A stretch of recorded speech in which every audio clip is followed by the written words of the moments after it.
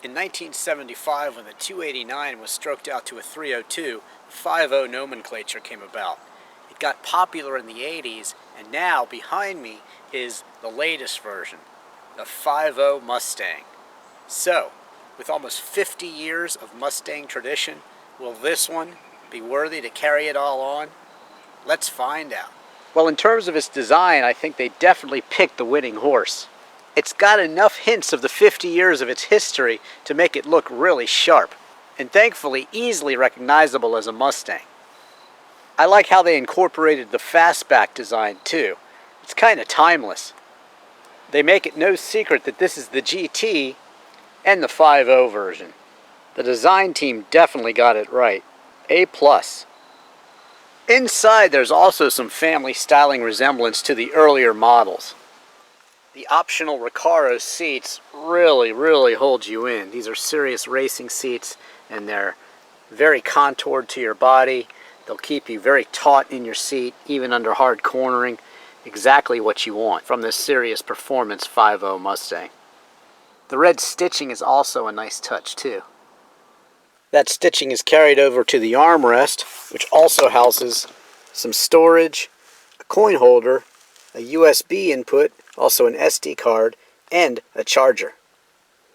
There's also a red glow to the cup holders here too, which is pretty cool, and a real handbrake. You've got the manual 6-speed shifter with reverse, which is very nice, and here, a hint to the technology in the car. Sync, powered by Microsoft. You've got a storage tray here, another charger, and a USB input as well. You got a push button start, and these 4 switches here. The first one is the hazard light switch. The second one is for traction control. I really don't recommend you turn it off unless you really know what you're doing. The third one is for steering feel. There's normal, sport, and comfort. And the fourth one is the driving mode switch.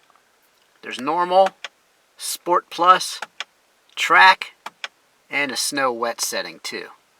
The dual zone climate control is pretty straightforward, easy to use. And on the infotainment screen you get a nice Mustang flash right when it starts up, and then the familiar 4-quadrant layout. Your phone settings are here, just push the button to activate it. Navigation, climate down here, and then of course your audio over here. You even get traditional buttons to press or turn. This one's the volume, these here for the on and off, and the control of tracks, eject, also song, and then over here a real tuning knob too. It's mostly black with some chrome accents, and of course that red stitching I mentioned earlier. There's a nice plaque there, since 1964 Mustang. More chrome across the dash and across the steering wheel. Looks very nice. The mid-stride Mustang is certainly a cool touch on the steering wheel, which is also laid out in a 4-quadrant system. On the top left you have a menu control for right here. Scroll through, very nice. You have your cruise control settings here. On the right here your Bluetooth, and up top here radio and audio controls. Your 3 pedals are very grippy, and you also get a dead pedal off to the left too, which is a nice touch. The analog gauges evoke classic Mustang gauges. Here you have the tachometer, also a temperature gauge down there, as well as warning lights in the middle. The information screen here, of course, and the large speedometer, which says ground speed, and of course a fuel gauge too. To the left of the steering wheel you can pop the trunk, and you also have this cool little storage compartment as well. Controls for the lights over here. On the door you have controls for your power locks, your outside mirrors, and your power windows, as well as some storage down here and a handle here. I'd like it if they put a bottom to this one so you could also store your phone here if you wanted, but at least it's stylish. Overall, the interior strikes a good balance between modern technology, comfort, and a bit of a retro look too. The rear seats are probably best for kids or adults on a very short trip. With these handles here, you can go ahead and pop them open and get more storage into the trunk. And speaking of the trunk, It's not too bad for a car of this size. And like I said, you can fold the rear seats down and get even more room. There's certainly no mistaking what's powering this Mustang. Of course, it's a 5-liter V8 mated to a 6-speed manual transmission, which produces 435 horsepower at 6,500 RPM and 400 pound-feet of torque at 4,250 RPM. 0 to 60 takes 4.5 seconds, the quarter-mile time is 13, and the red line is set to 7,000. Top speed is 164 miles per hour. Fuel economy is rated at 15 miles per gallon in the city and 25 miles per gallon on the highway. You should average around 19 miles per gallon overall.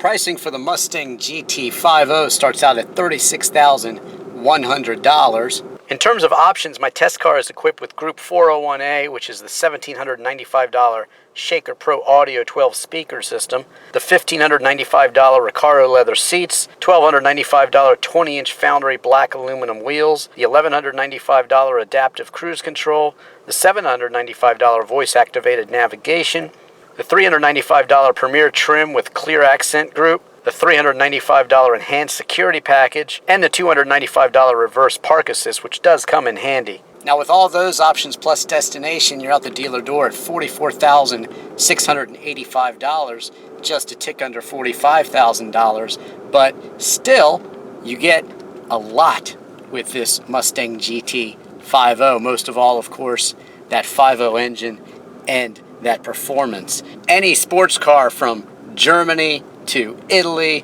to others from America, which I've tested, like the Camaro SS and of course the Dodge RT. You can check out my reviews of those, but this Mustang can keep pace with them. Certainly in a straight line, but thanks to the improved handling and suspension layout, which really has hindered the Mustang for years, Ford finally broke with tradition and made this Mustang really compete with the other sports cars in its class. And so I think for the first time in a long time, this new version of the Mustang GT is really at the top of its game. Just listen to that engine. This is a serious performance sports car right here. It's certainly not soft. You can set the steering for soft, of course, but if you're looking for more of a comfortable ride, well, for one, I'd go with the regular seats and not get the Recaros, and also you might want to just go with the V6. It'll be plenty fast enough for many people out there. But this Mustang GT is all about those people that dream of those performance Mustangs from the past, those Can-Am cars that just looked incredible and sounded incredible and really were extremely fast. This is the history car. This is the 5.0. This one has the tradition, definitely means business. Just take a look at that view over the long bonnet. Got those scoops sticking up, and it's just really a bold, intimidating look. It's certainly not a small sports car like the Europeans build, but it's big, it's brash, it's American, it's muscle, it's horsepower, and that's what it's all about. This Mustang GT is not engineered in a conservative way. It will definitely bite you in the toe or bite you in the butt if you're not careful. You can definitely get it loose. It's also like the C7 Corvette, which I've also previously reviewed. I'm sure many people, if they're not careful, who have never driven a car this powerful, if you just go out and buy one of these, you have to be very careful because you can get it loose, even though it does have traction control and modern safety devices still. That doesn't account for pure stupidity. This is a very powerful car, so if you're just driving this for the first time, play it safe, be cautious. It's a stubby little shifter, the throws are short, and it's got a good feel to it.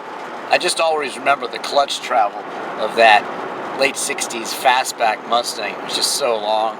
I think it was a 4-speed, and this one thankfully is in the modern era, and it's quite easy to drive, and quite easy to drive fast too. Tested out the 0 to 60.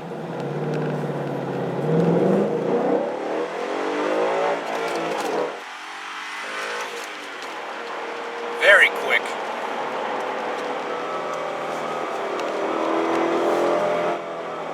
This is what it's all about in the Mustang GT. Tearing up back roads. It's got a lot of torque. You can feel it wanting to twist the car. Back end certainly slides around easily. No problem inducing oversteer.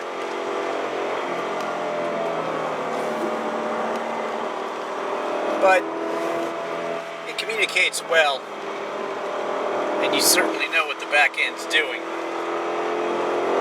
Just got to be ready to catch it.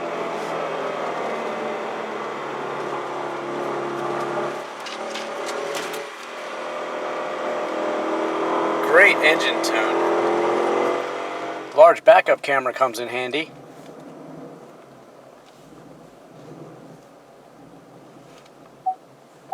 As do the parking sensors. Another great safety feature is that blind spot warning right there. Now, checking out the night look. Excellent. Really top notch. Everything shows up clearly, no offensive illuminated colors. I like it. Good job, Ford. Here's the coolest thing about the night look. This projected image of the Mustang. Nice. Ah, the beautiful fall colors. And you can actually sit back and relax a bit with them because I have the adaptive cruise control on. And no matter what that car does in front of me, with a safety cushion I've set up, it's not going to hit it.